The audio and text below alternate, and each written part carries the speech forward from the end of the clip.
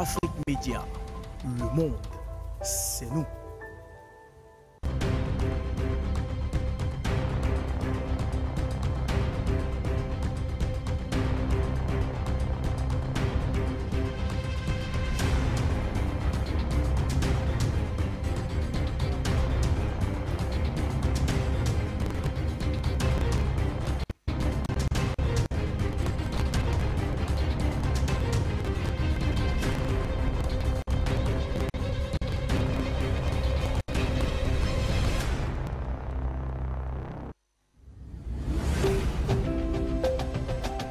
Afrique Média, le monde, c'est nous.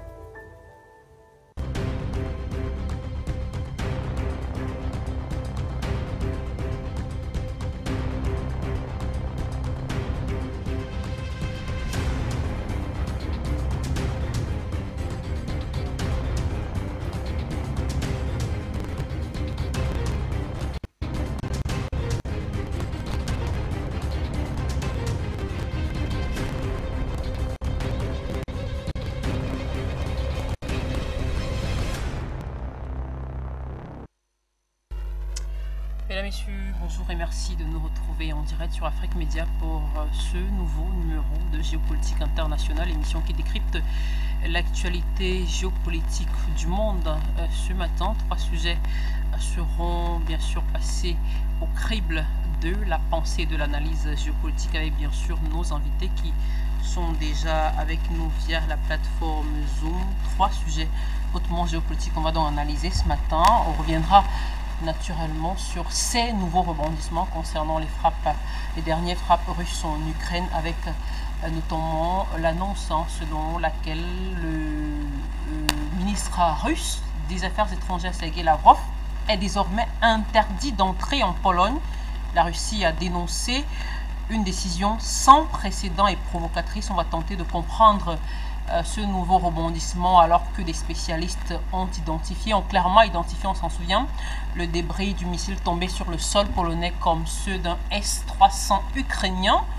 On va revenir sur toutes ces analyses, bien sûr, avec Luc Michel, Linda Larbaoui et Gamal Abina. Et puis, bien sûr, en deuxième sujet, on reviendra sur la mobilisation populaire contre la France au Sahel, décidément.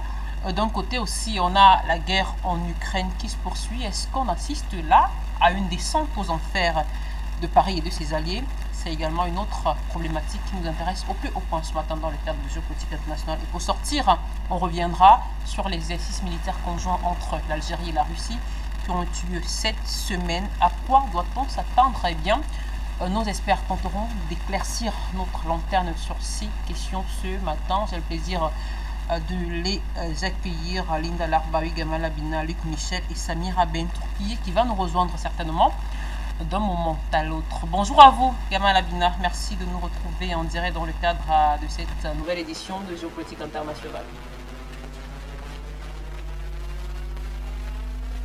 Est-ce que vous pouvez activer votre micro, Gamal? On ne vous entend pas. Ah, j'ai un problème alors, je ne m'entends pas. Vous m'entendez là? Vous m'entendez mieux? D'accord, donc je disais bonjour à tout le plateau, à tout le monde et merci pour l'invitation encore une fois. Merci. Luc Michel, bonjour à vous. Merci d'être une fois de plus en direct avec nous ce dimanche également pour Géopolitique Internationale. Bonjour Vanessa, bonjour au plateau. C'est toujours un plaisir de vous retrouver. Vous savez quel prix j'assure sur la géopolitique. Merci Luc Michel, merci d'être avec nous. Linda Larbaoui, c'est toujours un plaisir de vous retrouver pour analyser avec nous ces sujets qui nous intéressent au plus haut point. Bienvenue. Bonjour, le plaisir est partagé. Donc bonjour à tous ceux qui sont parmi nous et bonjour à toute l'équipe d'Afrique Média et merci de m'avoir invité. Tout de suite, on va entrer dans le vif du sujet. Je l'ai annoncé dans mes propos liminaires, on reparle bien sûr de ces frappes, les récentes frappes russes en Ukraine survenues, on le sait, en plein sommet du G20 avec bien sûr ce missile tombé sur le sol polonais. Alors je vais commencer avec vous, Gamal Abina. On a appris justement, d'après les informations parvenues à notre rédaction, que le ministre russe des Affaires étrangères Sergueï Lavrov est désormais interdit d'entrer en Pologne.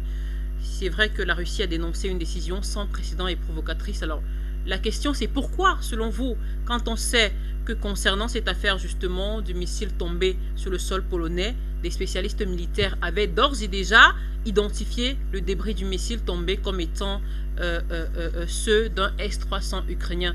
Est-ce que selon vous, c'est parce que quelque part, Washington et ses alliés estiment que tout cela part des actions de Moscou d'une certaine façon?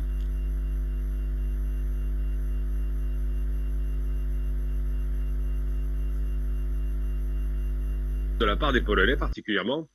Les Polonais ont considéré assez rapidement et trop rapidement que ça pouvait venir des Russes, ce qui n'a absolument aucun sens. La Russie n'a aucun intérêt à faire une extension du conflit avec un membre de l'OTAN. Mais surtout, il faut savoir ce qu'est un S-300 d'abord pour définir le terme du débat.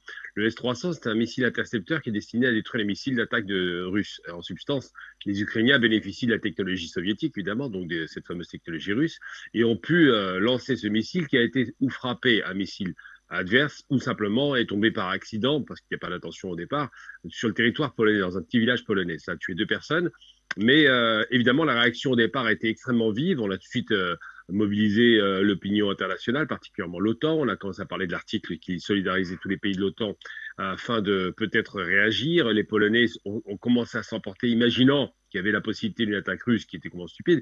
Finalement, ils se sont très rapidement rendus compte avec les experts sur place que c'était un missile polonais et non russe. Et les Russes ont tout de suite considéré que c'était une provocation, puisqu'évidemment, les Russes font très attention. Leurs frappes sont extrêmement précises, contrairement à l'idée reçue.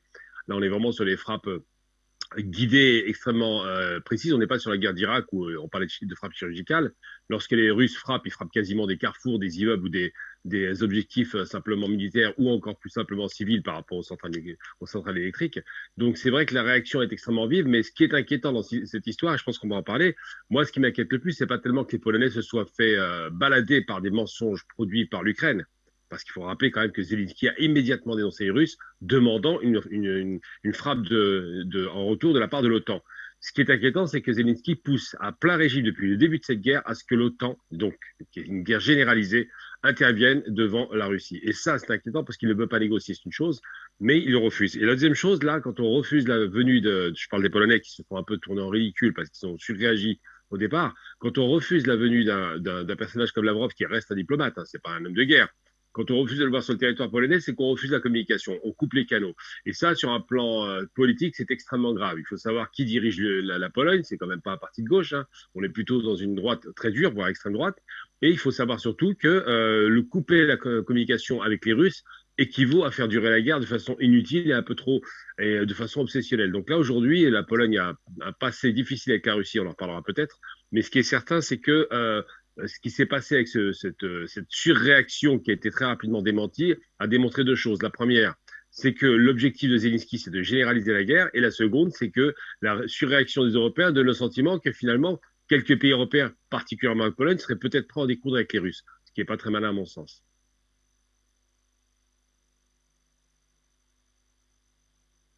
Que vous pouvez revenir finalement sur cette réunion en amont de l'OSCE qui s'est tenue et au terme de laquelle justement cette décision a été prise, parce qu'on sait que lorsque la diplomatie russe a dénoncé une décision provocatrice de Varsovie, après le refus polonais d'autoriser l'entrée sur son territoire au ministre des Affaires étrangères de la Russie, Sergei Lavrov, c'était donc en amont de cette réunion justement des chefs de la diplomatie de l'OSCE. Est-ce que vous pouvez nous dire ce qu'il en était véritablement au cours de cette réunion? Est-ce que l'objectif même de cette réunion, c'était justement de prendre une décision comme celle-là?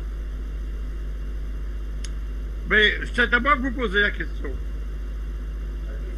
Ah, Luc Michel, est-ce que vous m'entendez? Oui. Je peux reprendre la question si vous le souhaitez. L'OSCE, c'est un organisme occidental. Avec mon ONG et autres, nous sommes battus avec l'OSCE dans des centaines de missions de monitoring électoral. Ils venaient avec des présupposés, ils suivaient un agenda de l'OTAN et parfois ils dénonçaient des fraudes avant même que la mission n'ait commencé. Dès lors, évidemment, la décision de la Pologne d'interdire à Lavrov l'entrée du territoire polonais, c'est empêcher l'activité diplomatique. On l'avait déjà vu aux États-Unis, puisqu'une partie de la délégation russe à l'ONU n'a pas pu se rendre à la dernière Assemblée générale. C'est la fin de la diplomatie mondiale. Mais je suis d'accord avec Gamalabida, évidemment, puisque Zelensky est un fou furieux prêt à entraîner dans sa guerre toute l'Europe dans une guerre mondiale. Il a apparu comme un menteur et il est soutenu par certains Européens, les Polonais, les États baltes et les Britanniques. Il y a quelques semaines, l'ancienne première ministre britannique, Liz Truss, appelait à des frappes nucléaires préventives sur la Russie. Zelensky, lui, a appelé à mettre une bombe atomique sur le Kremlin. Voilà les gens qui menacent véritablement de la guerre atomique. Voilà les fous furieux qui sont à Kiev, à Londres ou à Varsovie. Mais évidemment, dans des conditions pareilles, ces gens prétendent appeler à négociation. Mais en interdisant à la France d'entrer en Pologne, ils empêchent toute négociation. L'OSCE s'est définitivement avec le gouvernement polonais déconsidéré.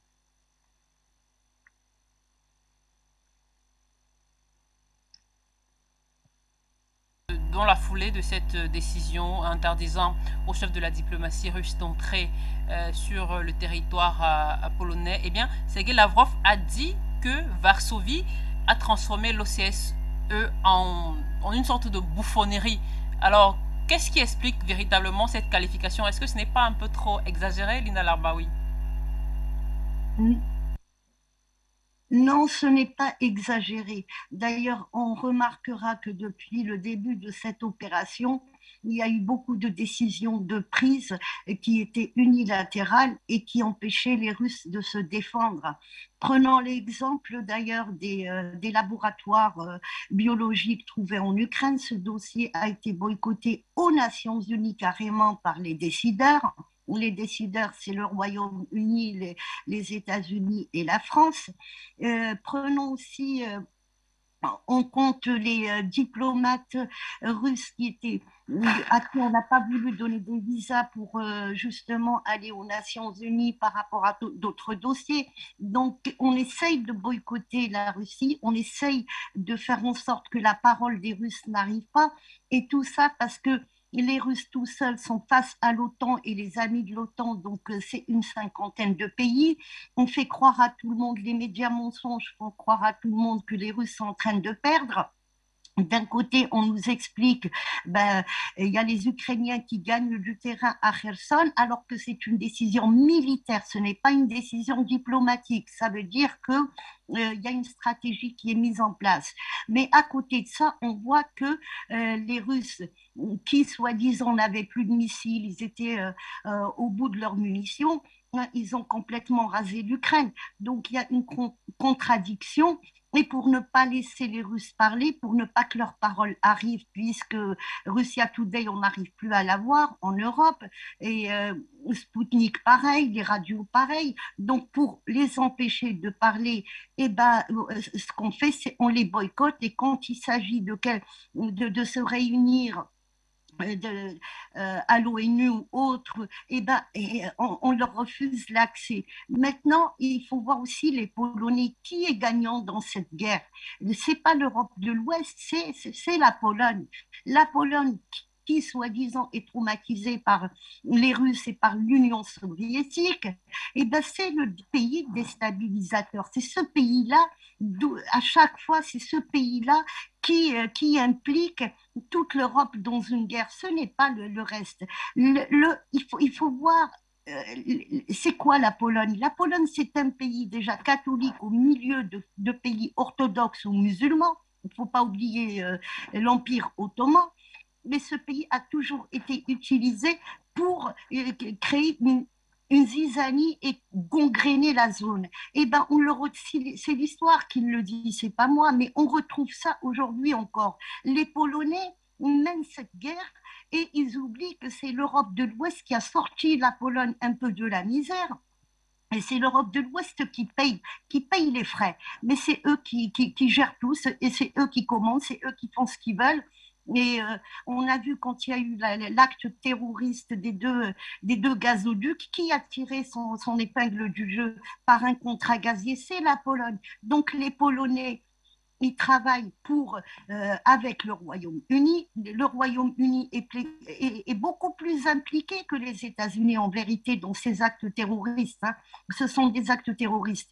Hier, il y a eu, ça je vous donne cette information, je ne sais pas si vous l'avez eu déjà, il y a un train qui a pris feu à Kaliningrad. Donc, apparemment, c'est un acte terroriste. Encore, mais qui est derrière?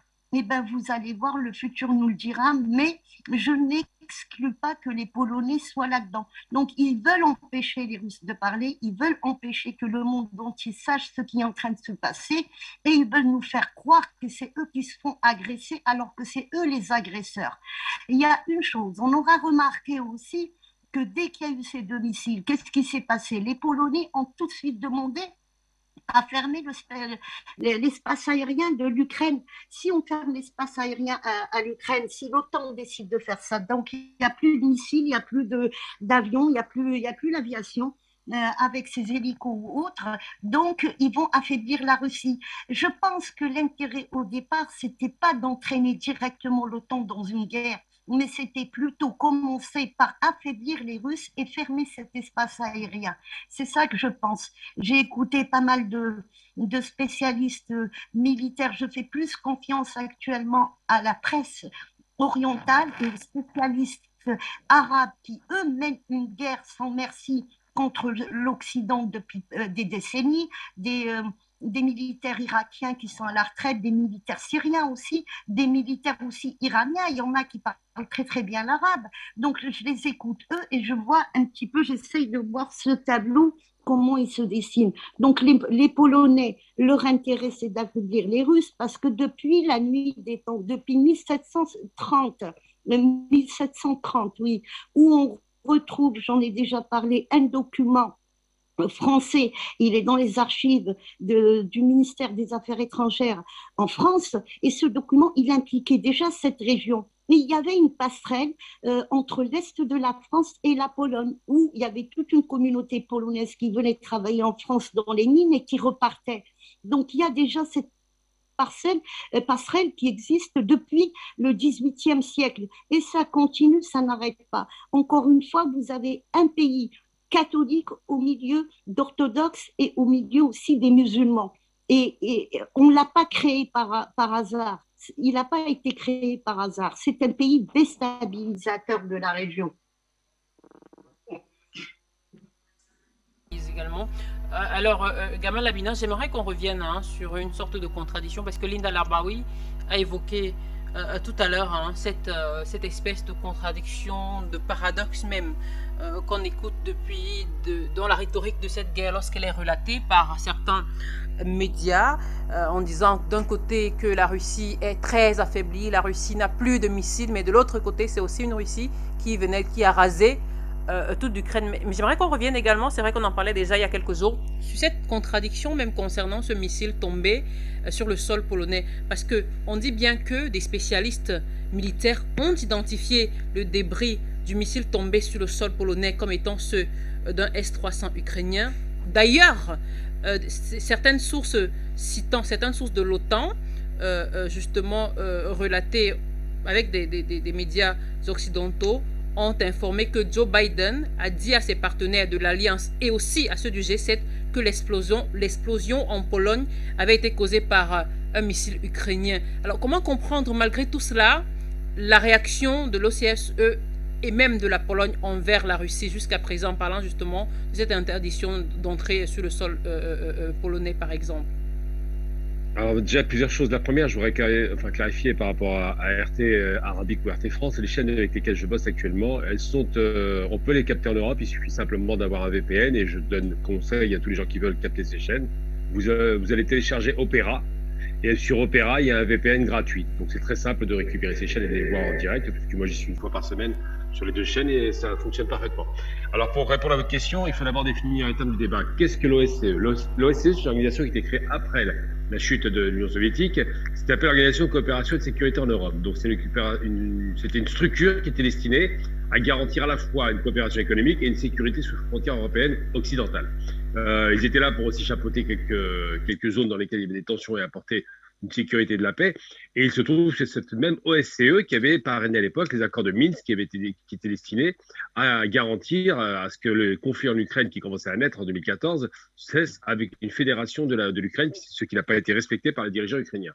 Donc l'OSCE est à la fois juge et partie. Et lorsque cette dernière refuse l'accès à un territoire à un diplomate, c'est déjà une rupture des règles diplomatiques mondiales, ça ne se fait pas. Je rappelle tout de même que l'OSCE et les pays occidentaux ne sont pas en guerre contre la Russie et qu'ils n'ont donc aucune raison de refuser l'accès à un diplomate sur le territoire polonais. Ensuite, l'autre question, c'est pourquoi est-ce qu'on utilise cette histoire de missiles alors, je modérais un peu le propos. Quand Linda dit que l'Ukraine a été rasée, l'Ukraine n'est pas rasée. Les parties frappées par l'Ukraine qui ont été le plus durement touchées, c'est surtout Mariupol. Mais sur le reste de l'Ukraine, il y a beaucoup de zones qui ont été impactées, mais l'essentiel des villes ont été préservées malgré tout parce que les Russes ont quand même à cœur de ne pas toucher trop durement les populations pour ne pas devenir impopulaires. Donc l'Ukraine n'est pas rasée. En revanche, ce qui est certain, c'est que ce missile et les sabotages ou les actes terroristes qui ont lieu sur le territoire russe sont des manœuvres assez grossières de la part des Anglais, par exemple. On sait que Nord Stream, semble-t-il, a été perpétré par des Anglais. Hein. C'est eux qui auraient saboté le gazoduc. Donc, c'est une façon de faire monter la surenchère. Pourquoi? Parce que les Russes, évidemment, n'ont absolument aucun problème en matière d'armement. C'est un pays qui exporte des armes. Donc, ils ont largement de stock pour pouvoir mener cette guerre qu'ils avaient préparée quand même depuis un certain temps. Et surtout parce que, comme les Ukrainiens sont incapables de répondre à la moindre attaque russe et que les Russes viennent de se retirer volontairement pour des raisons stratégiques de préservation de 30 000 soldats, semble-t-il, de Kherson, eh bien, les Ukrainiens donnent le sentiment qu'ils sont en position offensive, ce qui est totalement faux. Ils se contentent juste de revenir sur les territoires que les Russes abandonnent volontairement sans combattre. Pourquoi? Parce qu'il y a un redéploiement des forces et que les Russes, je pense, veulent préserver les territoires conquis qui sont du côté à l'est du Dniepr, du fleuve Dniepr. Donc la frontière naturelle sera le fleuve Dniepr, comme les frontières existent entre l'Allemagne, par exemple, et la Pologne, ou entre beaucoup de pays sont séparés par des frontières naturelles type fleuve ou montagne. Et donc, pourquoi refuser l'accès? C'est une provocation supplémentaire et inutile. Parce que de toute façon, l'Occident sait qu'il va devoir négocier. Mais on essaie de jouer son atout, on exagère sa position, on avance des cartes qui sont très faibles, juste pour à la fois énerver les Russes, ce qui ne fonctionne pas vraiment, mais surtout pour montrer qu'on est solidaire des Polonais avec lesquels on ne fait pas, des Ukrainiens, excusez-moi, avec lesquels on ne fait rien. Ensuite, la question polonaise est intéressante. Alors, je ne dirais pas que c'est un pays au milieu des pays orthodoxes ou musulmans, parce qu'il y a plus que ça. La Pologne est frontalière de l'Allemagne, qui est pour 40% catholique. Elle est aussi frontalière de ce qu'on appelle l'Europe centrale, avec beaucoup de pays qui sont à l'époque des anciennes puissances qui étaient satellisées par la Russie. Et la question qui se pose surtout à la Pologne, c'est que c'est un pays qui a été recréé après la Première Guerre mondiale, parce qu'il avait disparu pendant 100 ans, et qui a été reconstitué à nouveau en prenant une partie de l'Allemagne, qui a perdu la guerre, et en faisant une sorte de grand État comme ça un peu fédéré, dans lequel il y a plusieurs peuples en réalité qui se constituent, avec une Pologne qui a déjà existé à l'époque, mais qui n'est pas la Pologne d'origine. Donc cette Pologne, il y a plusieurs raisons d'en vouloir aux Russes. D'abord parce qu'elle a été satellisée par l'Union soviétique, ensuite et surtout parce qu'avant ça, elle a été conquise par les Russes pendant la Première Guerre mondiale. Il faut oublier qu'il y avait le pacte germano-soviétique qui a fait que la moitié de la Pologne appartenait aux Russes. Et puis pour finir, parce que évidemment, la rupture entre les Russes et les Polonais sur un point idéologique, c'était à l'époque Lech Walesa, avec les mouvements de manifestation ouvrière contre le régime de Jaruzelski qui était pro-russe. Donc la Pologne a un contentieux très lourd avec la Russie, qui est très ancien, avec plusieurs autres facteurs que je ne vais pas évoquer. Et aujourd'hui, les Polonais sont évidemment le point avancé d'une relation extrêmement radicale qui représente réellement la position américaine de façon extrême. Les Polonais ne sont pas du tout pro-européens. Ils ont bénéficié des investissements allemands, mais ça ne les intéresse même pas aujourd'hui. Ce qui les intéresse, c'est effectivement de s'aligner totalement sur la position de Washington contre les Russes. Or, aujourd'hui, la position de Washington est affaiblie largement parce que les États-Unis commencent à se poser la question de l'intérêt de cette guerre. Et cette guerre, qui coûte beaucoup d'argent, ne sert pas à grand-chose, la victoire étant impossible. Il va bien falloir revenir à la table des négociations. Le fait de refuser Lavrov aujourd'hui, je pense, est juste un coup d'épée dans le haut qui va de toute façon être très rapidement effacé parce qu'ils vont renégocier avec Lavrov, ils vont discuter avec les Russes et vont demander un terrain d'entente pour régler cette crise ukrainienne qui, de toute façon, n'a aucune chance côté occidental d'obtenir la moindre victoire possible et significative puisque la moitié de la population ukrainienne, rappelons-le, la moitié de la population ukrainienne est favorable aux Russes. Quand on est favorable aux Russes, quel que soit ce qui est dit, une fois que la population vous est acquise, la guerre est impossible à être gagnée. Ça, c'est une réalité malheureusement historique qu'on a toujours vue partout. Analyser ces éclairages. Alors, on va accueillir, avant de passer la parole à Luc Michel, on a le plaisir d'accueillir Samira Bentourki qui nous a rejoint. Elle est historienne et spécialiste des questions internationales. Bonjour à vous, Samira. Merci de nous retrouver en direct dans cette édition de Géopolitique internationale. Bonjour à vous et je vous remercie pour cette invitation. Je m'excuse pour le retard, j'ai eu un problème technique et pour moi l'émission démarrait à 11 heures simplement. D'accord. Bienvenue à vous. On va vous repasser la parole tout à l'heure. Le temps pour. J'aimerais revenir avec vous, Luc Michel, sur. On parlait tout à l'heure de contradictions, de controverses. Est-ce que, selon vous, le traitement de cet incident concernant le missile tombé en Pologne est le même que depuis le début de la guerre en Ukraine? Parce que, d'après certains analystes américains contactés par des médias russes et même par certains journalistes de la rédaction d'Afrique Média, ils ont dit que les allégations diffusées par les médias occidentaux suite à la chute de ce missile polonais s'inscrivent tout simplement dans la stratégie américaine visant à détruire la Russie, mais sans toutefois engendrer une troisième guerre mondiale. Comment le comprend Luc Michel? Non, tout simplement, il y a différentes fractions en Occident, aussi bien aux États-Unis que dans l'Union européenne. Il y a des partisans de la guerre à outrance, dont Joe Biden appartenait à ce clan précédemment. Et il y a des gens comme Henry Kissinger, l'ancien secrétaire d'État, qui veulent des négociations. La même chose se passe en Allemagne, en Belgique, etc., ou en France. En France, par exemple, l'ancien chef d'état-major de l'armée française, le général de Villiers, a dit que la guerre américaine en Ukraine était une guerre contre l'Europe. Voilà ce qui se passe. Donc, il y a un changement de ton. Et progressivement, les Occidentaux sont en train de lâcher Zelensky. Ils se rendent compte que c'est un fou furieux qui veut déboucher sur une guerre mondiale et ils ne l'acceptent pas. Mais il faut rappeler quand même, pour que les gens comprennent, nos téléspectateurs, c'est la nature du contentieux entre la Pologne et la Russie. La Pologne, ça a été entre le 15e et le 17e siècle une grande puissance qui avait annexé des territoires qui ont ensuite été russes et lituaniens. Il y avait notamment une union de la Pologne et de la Lituanie. Et le seul peuple qui a réussi à occuper Moscou, ce sont les Polonais en 1612. Absolument. La fête nationale russe, aujourd'hui encore, c'est le départ quand les Polonais ont été chassés de Moscou par la population. En 1918, il y a une grande Pologne qui s'est reconstituée, qui est une dictature pré-fasciste, qui occupait la capitale de la Lituanie, Vilnius, et la ville ukrainienne de Lviv, qui était une ville polonaise. D'ailleurs, les néo-nazis ukrainiens entre 40 et 45 n'ont pas seulement massacré les Juifs et les Russes, ils ont été des grands massacreurs de Polonais, comme certains Polonais sont en train de le rappeler maintenant, parce qu'ils ne sont pas d'accord avec l'amitié avec l'Ukraine. Voilà donc les nostalgies géopolitiques sur lesquelles la Pologne tente de surfer pour s'opposer à la Russie et qui explique la haine de la Russie, qui est celle des Polonais. Mais ce qu'il faut retenir évidemment, c'est que Zelensky en 48 heures s'est déconsidéré. Tout le monde entier sait maintenant que la propagande de Zelensky repose sur le mensonge. C'est un personnage déconsidéré et c'est fini de parader devant les parlements du monde entier, comme il l'a fait. Aujourd'hui, c'est un menteur, comme on dit, le roi.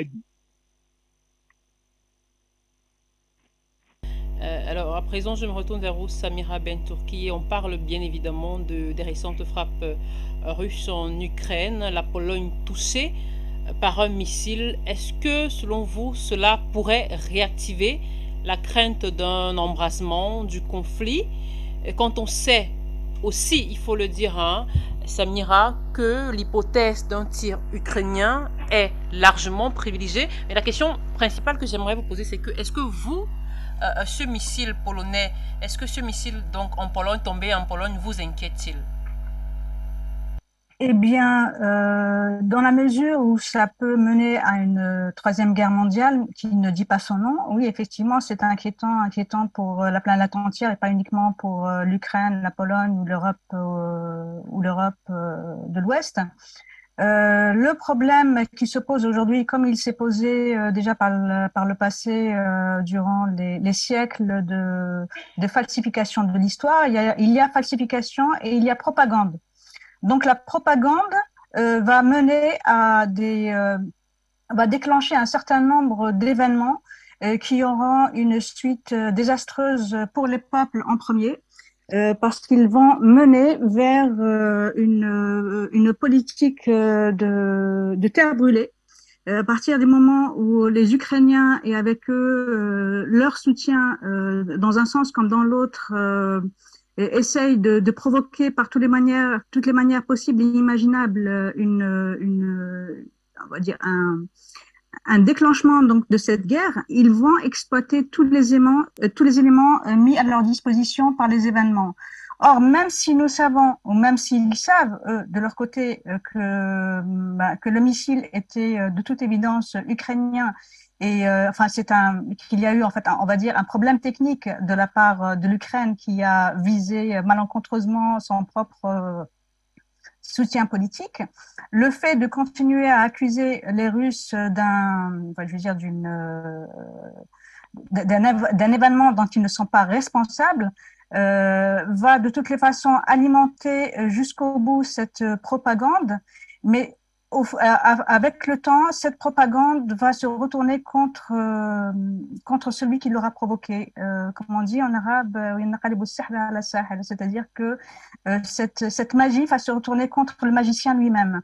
Et je pense au jour d'aujourd'hui que même si on sent qu'il y a des mouvements, entre guillemets, un peu partout en Europe, en Afrique et en Asie, autour de ce qui se passe en réalité et dans le fond au niveau de la politique mondiale, nous savons qu'à un moment donné, soit la planète entière va s'embraser, soit ils finiront par mettre un terme à toute cette mascarade politique qui n'a en réalité qu'une seule visée, c'est de maintenir la domination occidentale sur le monde.